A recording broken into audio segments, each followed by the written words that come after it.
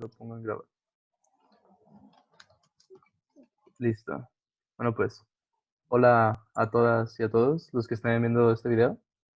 El día de hoy hablaremos acerca de iconoclasia versus vandalismo y tengo una invitada muy especial, Frida, si gustas presentarte. Gracias, amigo. Hola, mi nombre es Frida, igual que Donaldo estudio Derecho en el ITESO y me gusta, mis intereses son el feminismo, los movimientos sociales en general, el derecho, la política y el debate. Perfecto. Cabe mencionar que fue idea de Frida y fue por la que estamos haciendo este video al hablar sobre iconoclasia y vandalismo, que me tuve que poner a investigar porque yo no entendía bien qué era em, este movimiento llamado Doctrina. iconoclasia, exacta doctrina, e investigando encontré que la definición que nos da la Real Academia de la Lengua Española es que el que es bueno, la corriente que profesan los iconoclastas. Y un iconoclasta es el seguidor de una corriente que en el siglo VIII negaba el culto a las imágenes sagradas, las destruía y perseguía a quienes la veneraban. De ahí nace la iconoclasia o los iconoclastas. Pero hay otra definición que nos dice que el iconoclasta es aquel que niega y rechaza la autoridad de maestros, normas y modelos, entendidos en un ámbito más moderno. Y el vandalismo nos lo define como la devastación propia de los antiguos vándalos, que también es como una definición más antigua, y una que da más actual es espíritu de destrucción que no respeta cosa alguna, sagrada ni profana. Y en este sentido me gustaría empezar a explicar lo que entendí de cómo nace esto de la iconoclasia, y es precisamente que con las imágenes cristianas en el siglo VIII se empezaron a destruir, y entendí que tiene una connotación de destruir obras de arte, ya sean monumentos, pinturas, que se hacen con un fin en específico o que tienen una ideología detrás. O sea, el hecho de ir a destruir o estar en contra de obras de arte no quiere decir que es porque se les ocurrió y ya, sino porque tienen un objetivo o un fin detrás de ello. Pero eso, si me pudiera hacer el favor, Frida, de abonar más de cómo nace o cómo surge esto, eso lo agradecería mucho. Sí, claro. Bueno, como dice Donaldo, en sí la iconoclasia es la destrucción de imágenes sagradas y el término se ha ido modernizando dependiendo como la sociedad, como sus necesidades que tienen que abonar con este término.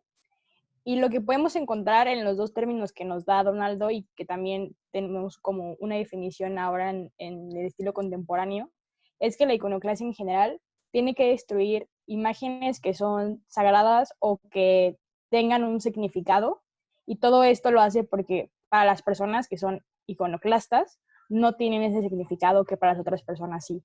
Es decir, es como una representación de que lo que estás haciendo, destruyendo, no te representa a ti. Y como dice Donaldo, inició con términos religiosos porque sobre todo en el siglo VIII hubo muchos cultos y religiones, entonces había muchísima discusión y la sociedad está dividida entre muchos cultos y religiones, entonces había muchas personas que ciertos símbolos que les querían imponer como este es tu Dios, tu religión, no lo sentían como así, y es por eso la destrucción, porque ellos sentían que su ideología era la correcta. Ok, muchas gracias. Ahora, ¿cuáles crees tú que serían las diferencias entre precisamente la iconoclasia contra el vandalismo? ¿Y por qué a veces se llega a confundir esto? Pues, ¿por qué se debe confundir? Porque las similitudes son muy parecidas, o sea, hay devastación y destrucción. La diferencia es que el vandalismo solo se hace como una acción por sí sola, o sea, el vandalismo solamente es destruir o devastar algo sin ninguna razón. En cambio, la iconoclasia busca destruir, y aparte del vandalismo puede destruir cualquier cosa. En cambio, la iconoclasia destruye solamente símbolos, imágenes, arte, incluso también eh, cosas relacionadas con instituciones o al Estado que tengan un significado y no te sientes representado. Aparte que la iconoclasia destruye solamente ciertos objetos que tienen algún significado, también la iconoclasia tiene una razón de ser. Es decir, la iconoclasia tiene como principio hacerlo, el que no te sientas representado por esos símbolos que se te han impuesto.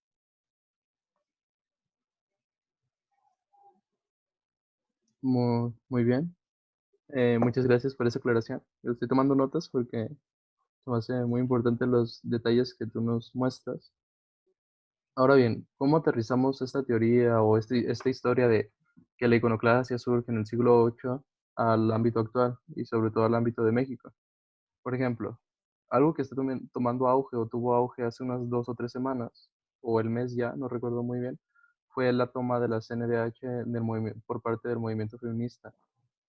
¿Qué pasa cuando una sociedad tacha de vandalismo este tipo de acciones y no ve el trasfondo de ello? ¿Consideras que en cuál de estas dos definiciones podríamos clasificar la toma que se hace de la CNDH?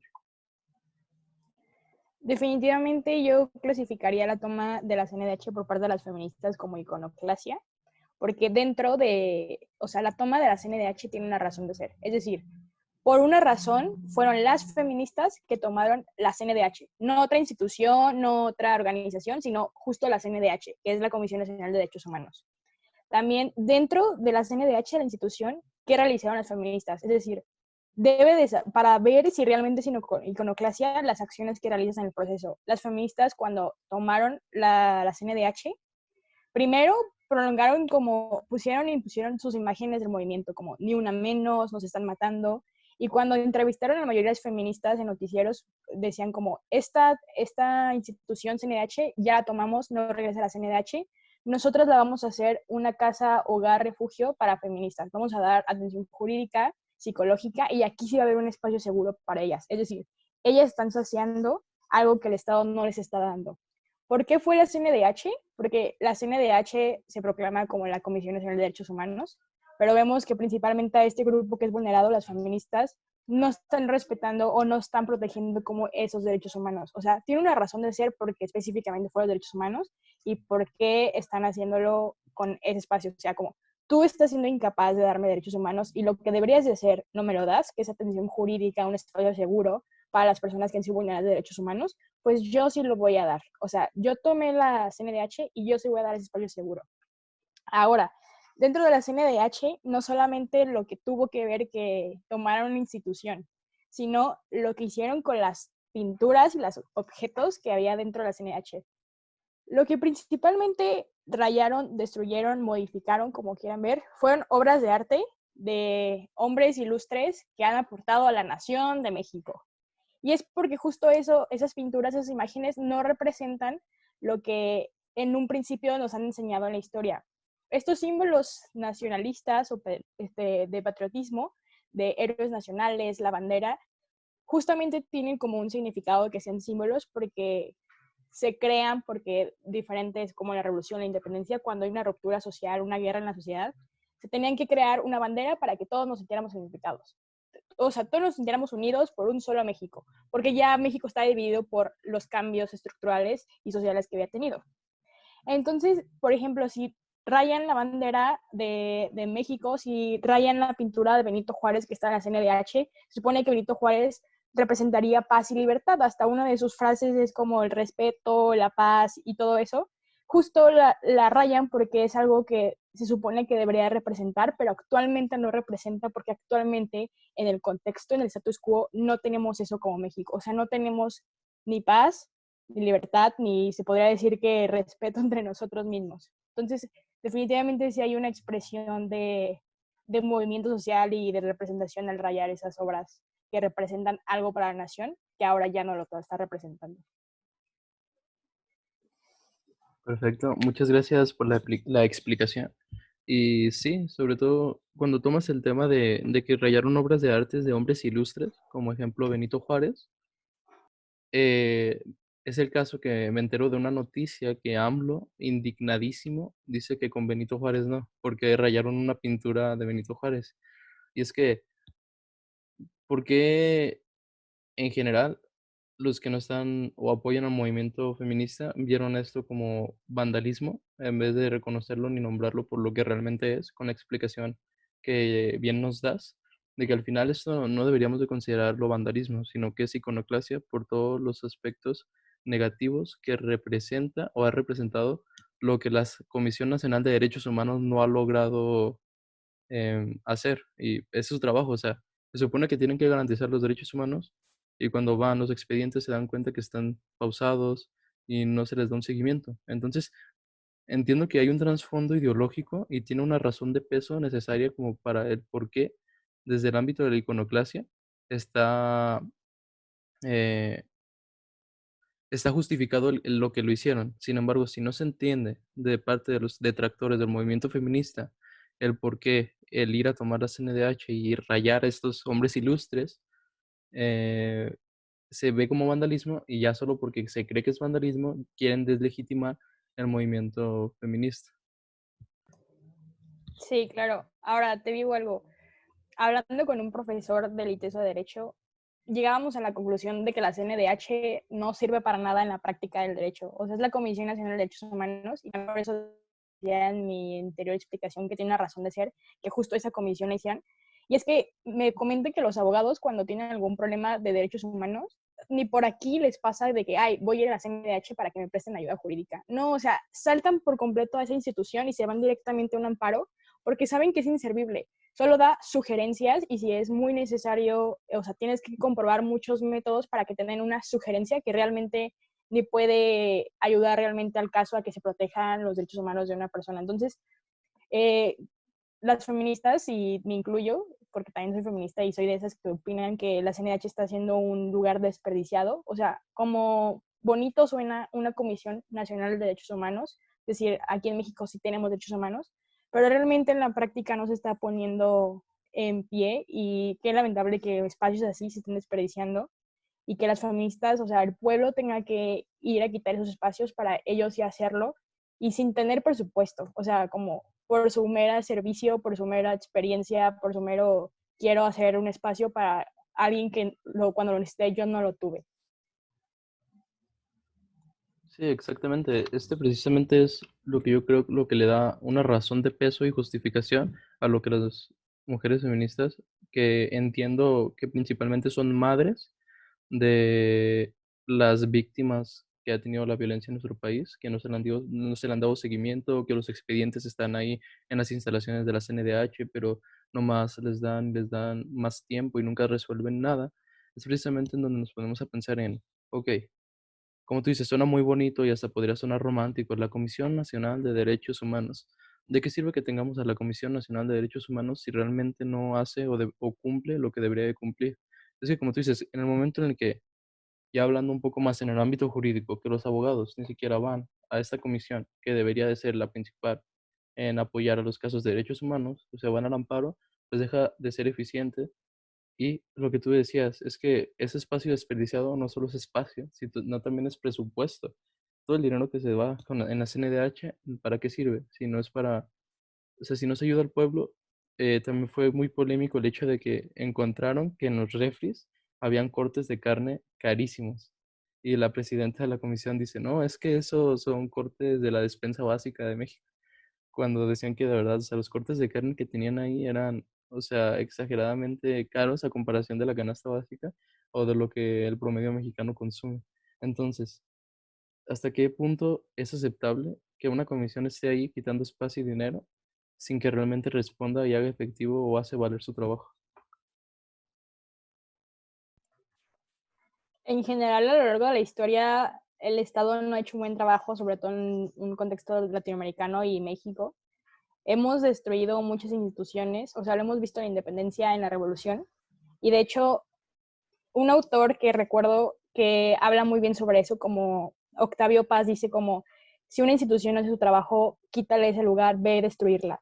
Y de hecho también hay, en el himno nacional de México, hay como un párrafo que hace como una metáfora sobre eso, y dice que los templos, palacios y torres se derrumben con horrendos truenos y que las ruinas que están diciendo de milagros de la patria fue, o sea, como destruye lo que quieras cuando no sirve, si al final va a tener como un surgimiento. Pero leía a un crítico que hablaba sobre Octavio Paz y cómo él ha contado la historia de cómo destruyes esto cuando no tiene significado y también cómo el himno nacional justo te dice o te invita a hacer eso cuando tú crees que pues no está haciendo un correcto manejo del Estado o no hay una correcta justicia en tu país. Pero creo que el problema es que, bien lo decía el crítico, como estas réplicas las hemos visto en la revolución, en otros movimientos, pero lo han hecho los hombres. Es decir, la independencia literalmente fue eso. Quitaste la institución que estaba gobernando, la destruiste, sacaste a la gente, tomaste los lugares y la hiciste tuya porque no te servía, no te sentías representado. Pero ahora estamos viviendo un auge en que estamos viendo que no son hombres lo que lo están haciendo, sino son mujeres. Y probablemente quieras discutir eso, o sea, como no es algo que ya hayas visto, es algo nuevo, entre paréntesis, porque la destrucción ya la hemos visto, como el tomar este tipo de símbolos y destruirlos o instituciones, pero como lo han hecho históricamente hombres y ahora es mujeres, choca con que nunca lo he visto y tengo que ver un defecto para pelearlo o no me parece como muy correcto porque no lo he visto. O sea, creo que lo que nos parece políticamente correcto es porque nos han enseñado así que ya ha pasado y es como, bueno, ya pasó. Pero como no ha pasado, quieres como pelear y lo confundes con vandalismo cuando realmente no es eso. Exactamente, y es que me parece muy bueno el ejemplo que dices que a lo largo de la historia es que eso ya está. O sea, ¿quién ahorita se va a poner a decir que, ay, no, es que atacaron el Palacio de Versalles cuando se dio la Revolución Francesa? Y es que se tumbaron todos los regímenes que estaban. O aquí en la Independencia de México, simplemente, no, es que se quitaron las coronas de la Nueva España, es que se atacaron a los que los tenían dominados y oprimidos. Entonces, entiendo que en el sistema o el contexto actual nos lleva a pensar a que, bueno, es que las mujeres, eh, a lo mejor algunos podrían aceptar, bueno, sí tienen una razón de peso para hacerlo, pero es que es ilegal. Ya nos vamos ahora a estar en contra del movimiento o a desprestigiar o a hacer menos lo que realmente están haciendo por el hecho de que, ay, es que la ley prohíbe eso. Pero ¿de qué te sirve que una ley te prohíba algo si no se te asegura con la misma ley tus derechos humanos? O con las mismas instituciones que son creadas, es que para defender lo que tus derechos te tienen que amparar, ¿hasta qué punto podemos tener este argumento de, es que es ilegal? Pero además, ¿a quién le están haciendo daño? Porque si son obras de arte que están siendo dañadas, si son edificios, en realidad estamos dañando a otras personas, estamos dañando a lo que significa o nos debería de significar, según lo que nos han contado los estados, en este caso el Estado de México, lo que es lo que es el patriotismo, lo que es el nacionalismo. Y es que de nada sirve tener un gobierno de leyes o un estado de derecho como el de México con tantas leyes e instituciones que están en nuestro país si no garantizan que los ciudadanos, que son los que deberían de disfrutar estos derechos, se les están siendo reconocidos. Y es que también la legitimidad, que es un punto que me gustaría tomar en este tema, la legitimidad que tiene el gobierno actual, con más del 50% de aprobación de nuestro presidente, nos hace o hace que mucha gente, mucha población esté en contra precisamente de estos movimientos que apoyan realmente a parte de la población que está siendo muy vulnerada, que en este caso las mujeres. Como ejemplo, pues son las mamás de las que realmente no se les da un seguimiento que han sido víctimas de la violencia en nuestro país. Entonces, el hecho de que muchos estén en contra es porque quieren seguir defendiendo el significado nacional o lo que significa México, pero entienden, o no, bueno, no se entiende que precisamente es algo que tenemos que cambiar. Y si tuviéramos que derrocar al gobierno, que suena muy exagerado, pero es que si no se respeta la integridad de una parte de la sociedad, de la ciudadanía de México, que son las mujeres, entonces, ¿por qué queremos un gobierno que no respeta esa integridad? Entonces tal vez es el miedo al Estado o el miedo de los gobernantes de decir, bueno, es que este movimiento está tomando tanta fuerza que en algún momento nos puede tumbar, entonces vamos a tratar con todos los medios de comunicación de deslegitimar, decir que son vandalismo, que es ilegal, para no o para invisibilizar el movimiento que muy bien están haciendo las mujeres. Sí, claro. De hecho, hay muchos juristas, corrígeme, tú sabes más sobre eso. Creo que Ferrayol es uno de ellos que dice que si una ley no es justa, no deberías de seguirla. Ahorita ya cuando hables lo dices. Y justamente también de las primeras marchas feministas que fueron violentas, o sea, como hubo eh, rayones, hubo destrozos, que fue una de las más sonadas de la Ciudad de México cuando pintaron el Ángel de la Independencia. Justo una de las explicaciones que daba una de las, bueno, como una de las presidentas de los colectivos feministas de Ciudad de México era como, es que, para empezar, no es un ángel de la independencia, es una mujer, es una Ángela, pero nadie sabe eso, ¿no? Y lo que representa ese monumento es que en México hay libertad de expresión, en México hay paz y lo que vemos con nosotros justamente como movimiento es que no tenemos ni una buena libertad de expresión ni una paz, entonces para nosotros no representa eso y por eso decidimos rayarlo, porque no representa eso que el monumento me quiere transmitir. Y otra cuestión que muy chistosa que quería abordar desde hace rato es que muy chistosamente las pinturas que fueron rayadas por las feministas en la CNDH subieron de valor cuando las feministas hicieron eso, porque ahora ya está marcado como, históricamente ya está quedando como el feminismo como en la historia de México, y ahora está marcado que un movimiento social tomó esas pinturas y como toda la historia que hubo, que tomó la CNDH por una semana y las rayó por esto, por el símbolo. Justamente eso hizo que el valor de la pintura tuviera un plus más, porque ya no solamente era una pintura de un hombre ilustre, sino que también ya tenía un doble significado por parte del movimiento y le ponían como su marquita. Sí, exacto. Es que también, cuando dicen, esas no son las formas, o no, no vandalicen, no rayen. Es que, qué ilógico suena que a la gente que no están a favor de estas acciones le preocupe más los cuadros que, como te dice, subieron de valor. O sea, ¿qué les preocupa, el valor del cuadro o su representación? Porque si les preocupa el valor, como tú dices, valen más simplemente por este proceso histórico que están teniendo sufriendo. Y si les preocupa su representación, pues qué preocupante es que tú quieras mantener un sistema que surgió en 1821, que fue cuando se declara la independencia de México, o sea, ya como país libre y soberano México. O sea, estás defendiendo ideas de hace 200 años que en la actualidad no representan o no concuerdan con el status quo actual. Porque si estas cosas están sucediendo es porque ya no hay otra manera de decirlo, ya no hay otra manera de visibilizarlo. Porque cuando también dicen, es que hay otras formas, sí, pero esas formas que están en la ley y según estas las instituciones no son eficaces. Y no sé, decías de Ferraioli, no sé si tal cual como lo dijiste, o no me acuerdo de esa, pero sí, o sea, no es, sobre todo en el ámbito penal, pero no, no se relaciona tanto a lo que estamos hablando, que no debe de haber una ley sin necesidad. O sea, ¿cuál es la necesidad de, por ejemplo, encarcelar o de multar a las personas que están haciendo estas acciones, que están reclamando sus derechos?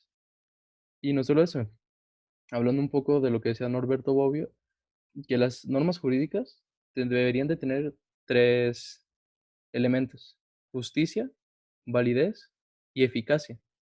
Sí, podemos entender que la Comisión Nacional nace como algo que va a representar la justicia y es válido porque en la ley te lo está señalando. Pero no nos sirve de nada que sea justa la ideología o la razón de ser de la Comisión Nacional de Derechos Humanos si no es eficaz. Porque sí, ahí está, muy bonito y todo, pero si no te sirve, ¿qué pasa? Entonces, en el momento en el que deja de ser eficaz esta norma jurídica, no nos sirve para nada y por eso tendrían que actuar en otras maneras. Y al respecto de lo que decías del ángel de la independencia, pues sí, es que ¿cómo vas a poder defender que hay paz en nuestro país, que es lo que principalmente representa esta imagen? Si estamos viendo con datos de la propia Organización de las Naciones Unidas que en México se asesinan a 9 mujeres al día. O sea, es preocupante y es más preocupante que a la gente le preocupe más una pintura que la vida de las mujeres. Porque cuando les dices este dato, es que te contestan. O sea, es que otra vez ya no te contestan al problema verdadero que es que las mujeres están siendo asesinadas 9 por día al menos. Porque una cosa son los datos que se conocen, pero hay cifras, no recuerdo cómo es el término, si datos negros, o sea, que no se conocen, pero que están ahí. O sea, se señalan 9, pero pueden ser más, pueden ser 10, pueden ser 15, pueden ser 20 al día y no lo conocemos. Pero es que, ay no, rayaron a Benito Juárez. Sí, justo eso. O sea, históricamente el movimiento feminista ha intentado muchas cosas por hacer, muchas formas, aunque les digan que esas no son las formas, es como, güey, ¿cuáles ya hicimos todas prácticamente? Y lamentablemente la violencia genera ruido y el rayar objetos de valor para la nación está teniendo visualización para el movimiento y me incluyo. O sea, yo desde la prepa yo sentía que tenía principios feministas, pero yo no sabía que existía o sea, como no sabía que existía un movimiento que protegiera eso que yo sentía. O sea, yo decía como, ¿por qué tengo que hacer esto si quiero hacer otra cosa? O sea, no por el simple hecho de ser mujer vas a estereotiparme así que tengo que hacer predeterminadamente. Pero cuando justo me voy como involucrando en la universidad, voy estudiando más, y cuando escucho el ruido que han generado las feministas de que hicieron vandalismo, cosas así, pues me vengo a investigar de qué está pasando, o sea, por qué estas mujeres están haciendo vandalismo en la capital del país. Y ya me doy cuenta que es un movimiento, me pongo a estudiar de lleno en eso y me doy cuenta el verdadero significado del feminismo. O sea, lamentablemente el feminismo ha tenido auge porque han hecho estas prácticas, entre paréntesis, violentas, que les ha generado ruido. Y es justamente lo que buscan, o sea, no les puedes reprochar eso porque es justamente lo que quieren. Han hecho otras marchas pacíficas y nadie nos habíamos enterado. Yo no las conocía hasta que hicieron ruido. Hicieron manifestaciones de arte como bailar y ¿qué pasó? Pues se burlaron en redes sociales de solamente bailando. Cantan y también hacen remixes burlándose de las canciones feministas, hacen procesos legales y nadie se entera y no proceden. Entonces es como justamente lo que quiere el movimiento es tener ruido porque eso da pie a que se abra una plática, a que más gente la conozca como yo. Muy probablemente si se interesa el tema se eduque y se une el movimiento se hace más grande y sobre todo lo que más genera y es como lo más chido es incomodidad para el Estado que no está haciendo su trabajo y poder generar políticas públicas o legislaciones, lo que sea, porque realmente no está haciendo su trabajo con las leyes que ya existen, o sea, no proceden. Sí, exactamente. Es que, a ver, algo que yo he entendido desde mi análisis y reflexión, porque yo no soy parte del movimiento feminista, porque pues no quiero considerarme un movimiento que no puedo ejercer, pero sí puedo analizar, sí puedo investigar y sí puedo informarme y escuchar sobre todo a las feministas, el dar sus razones y explicaciones del por qué se están haciendo las cosas que se están haciendo. Porque sí, es que seamos sinceros, si vivimos en un país como México, vemos que mujeres se organizan para ir a vandalizar, pues resulta como algo que chocante porque es algo que no conocemos, porque algo que el ser humano se caracteriza es que no tenemos miedo a lo nuevo, pero también tiene mucho que ver es que la cívica y ética, el patriotismo, es que las representaciones están ahí y es lo que nos representan como mexicanos, pero eso al final de qué sirve, si como tú dices, ¿existía un movimiento desde antes de que empezaron a actuar con violencia o a hacer estas manifestaciones con una acción más violenta, pero nadie las conocía? Y no las conocían porque ni se daba visibilización a esos movimientos pacíficos y tampoco eran efectivos. Entonces, ¿qué, tú como movimiento qué quieres? Que se atiendan las problemáticas que te están atacando, ¿no? Entonces, si no se atienden las problemáticas con lo que es legal como movimientos pacíficos, pues ¿cómo le vamos a hacer para que la gente nos ponga atención? Bueno, tal vez algunos creen que es exagerado, pero es la única manera en la cual se puede voltear a ver a la problemática. Pero el problema es cuando, si vemos esta problemática que resulta violenta, de rayar paredes o no sé tú, no sé qué puedes pensar, pero sí, tal vez resulta, bueno, es que ellas quieren acabar la violencia con la violencia, pero pues es que ellas no ejercen violencia hacia otras personas. O sea, ellas no asesinan a 9 personas al día. Ellas lo que están haciendo es, están atacando, como tú dices, a obras o representaciones que se supone que representan a nuestro país, pero nuestro país se supone que representa libertad.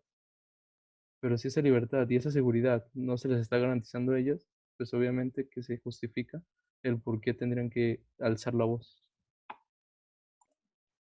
Sí, justamente hay una teoría de movimientos sociales, de cualquier movimiento social, o sea, como tiene estas partes. Cuando pelea algo es sumamente violento, consigue algo, baja como su intensidad y luego de nuevo ve que algunas cosas es como, bueno, no consigue un cambio, siguen igual, de nuevo es sumamente violento. Y lo podemos ver con muchos ejemplos de movimientos sociales. Voy a poner ahorita dos, el feminismo, por ejemplo, en la época de las sufragistas, cuando la mujer no tenía derecho al voto.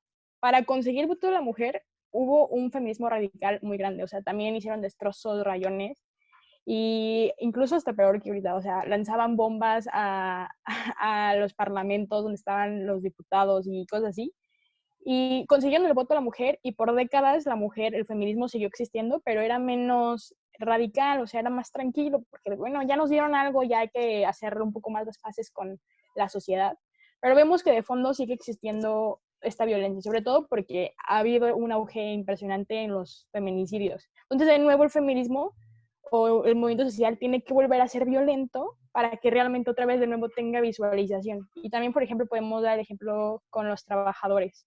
Como antes eran explotados las empresas, también podemos verlo en el ejemplo de la revolución industrial. O sea, cómo tuvieron que pelear como por derechos y fueron sumamente violentos y luego por décadas ya no supimos nada sobre ellos.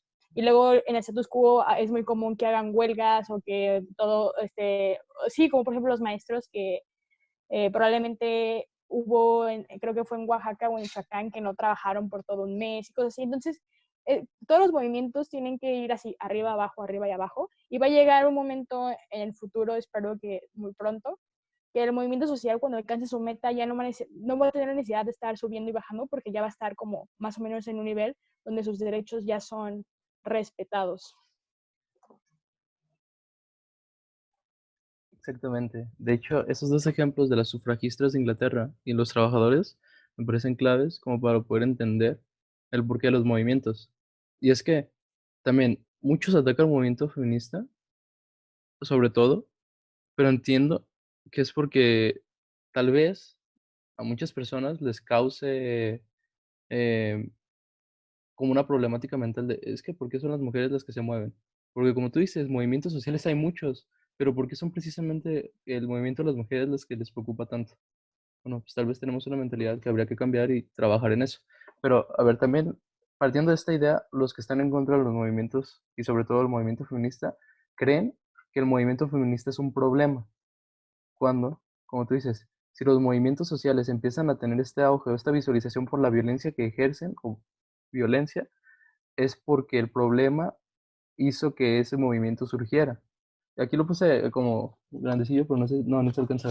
Bueno, el problema, o sea, si hay un problema, surge el movimiento social. Si el problema se disminuye, pues el movimiento social también va a bajar sus técnicas para visualizarse. Pero entonces hay que preocuparnos, o sea, ¿por qué el movimiento feminista tiene tanto auge ahorita en nuestro país? Pues porque el problema es gigantesco, gigantesco. El problema de los feminicidios está, yo creo que bueno, quién sabe, lo que conocemos en la actualidad es lo peor en la historia de México. Pero te digo quién sabe porque antes no se tenían estos datos, no se tenían estadísticas y tal vez este problema durante toda la historia de nuestro país ha estado igual o peor. Pero bueno, el problema es tan grande y tan inmenso que en vez de estar viendo al movimiento social como un problema, deberíamos de preguntarnos realmente cuál es la problemática que las lleva a realmente tomar estas acciones.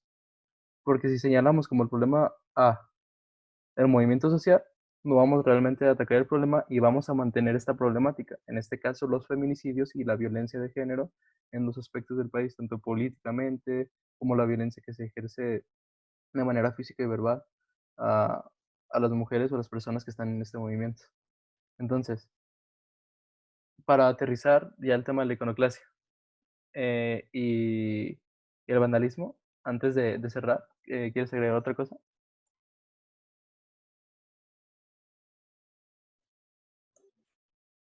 Pues creo que justamente eso, como lo que dijiste muy clave, de que porque ahorita el movimiento quiere tener tanto ruido, ejerce tanta violencia, porque se siente menos representado que nunca y porque ejerce tanto la iconoclasia, es justamente porque el problema ha sido más grande en estas épocas. Incluso aunque, como tú dices, quién sabe, tal vez en un pasado fue muy comparado, puede ser que los números hayan sido muy similares o mayormente. Igual es preocupante porque se supone que ya hemos avanzado como sociedad en términos de derechos humanos, de ideologías y cosas así, y que sigamos teniendo este problema y más grande que lo que tenemos registro, está súper mal. Y aparte, pues ya para abonar a lo que decía, es como, ¿por qué la gente ve como un problema el movimiento y no realmente el problema? Creo que justamente porque va de la mano con la iconoclasia, o sea, y es una de las frases que tiene ahorita como bandera el movimiento feminista, el contemporáneo, ya no van a tener la comunidad de nuestro silencio, es decir, ya no voy a sentirme, ya no voy a quedarme silenciada ni callada cuando vea esto, ya no voy a quedarme sin decir que eso no me representa, voy a hacer lo que sea. Es decir, no solamente voy a decir que me molesta, sino que ya te lo estoy demostrando y muy descaradamente. Creo que la iconoclasia es un símbolo muy importante que está tomando el feminismo contemporáneo, porque ya a la mujer ya no le importa cómo la percibas, ya solamente le importa decir que eso no me representa o tú me estás dañando, me estás vulnerando y tan, ¿sabes? Es como ya hasta descaradamente las mujeres lo hacen sin ningún tipo de silencio ni tampoco una presión, bueno, la tienen, pero no les importa, porque ya están, o sea, es más grande la presión que surgen por la ciudad o por el Estado que está haciendo mal las cosas. Sí, exactamente. Y también cerrando ya un poco este podcast o este video, sería decir, a ver, si llegaste hasta este punto del video y sigues o eres de los que están en contra del movimiento, porque no crees que, si eres mujer, no te sientes representado o eres hombre y crees que ese movimiento no vale por sí mismo, entiende que hay razones de peso suficientes como por el cual las acciones o que el movimiento exista. O sea, hay razones fuertes para que el movimiento exista y también hay razones fuertes por las que las acciones que están ejerciendo son las adecuadas o son las únicas que les quedan como alternativa para que realmente sean escuchados. Entonces, tomando a colación las definiciones de vandalismo e iconoclasia, sería decir, no es vandalismo porque no están dañando a cualquier cosa nada más por querer dañar. Tendrías que entender que es iconoclasia porque tiene una ideología detrás, tiene un fin, un objetivo y no representan lo que el movimiento social quisiera llegar a alcanzar. Entonces, si quieres ahondar más en esos temas, pues ya será tu responsabilidad investigar acerca del movimiento e investigar sobre todo las razones del por qué están haciendo lo que están haciendo. Y podrás estar o no de acuerdo en si las razones son válidas o no, pero de que hay razones de peso que los estén llevando a hacer lo que están haciendo, es importante que las conozcas para que desde un análisis, y no solo por lo que tú crees, sino por después de analizar lo que está ocurriendo y las razones, ya puedes tomar una postura. Pero sin antes saber el por qué lo hacen, es muy complicado nada más señalar y decir estas no. Exacto. Y bueno, pues ya gracias por invitarme a este video y también por explicar un tema que a mí me importa y que mucha gente no tiene conocimiento como es la iconoclasia. Exacto, sí, finalizando como tú decías, la iconoclasia en específico daña o quiere destruir ciertos símbolos o cosas, no es cualquier cosa, no es como esta silla, no, tiene que ser algo que tenga un significado y también lo haces también por otro significado totalmente diferente que quieres pues exponer. No, pues muchas gracias a ti por querer participar y sobre todo por hacerme investigar sobre esto de iconoclasia. De verdad no tenía idea de qué era hasta hace unos días que me comentaste. Y pues cuando quieras, eres bienvenida a, a otro próximo video. Muchas gracias por estar y por enseñarnos lo que sabes y como parte de tu movimiento entiendes. Gracias, Amix. Bueno, hasta luego.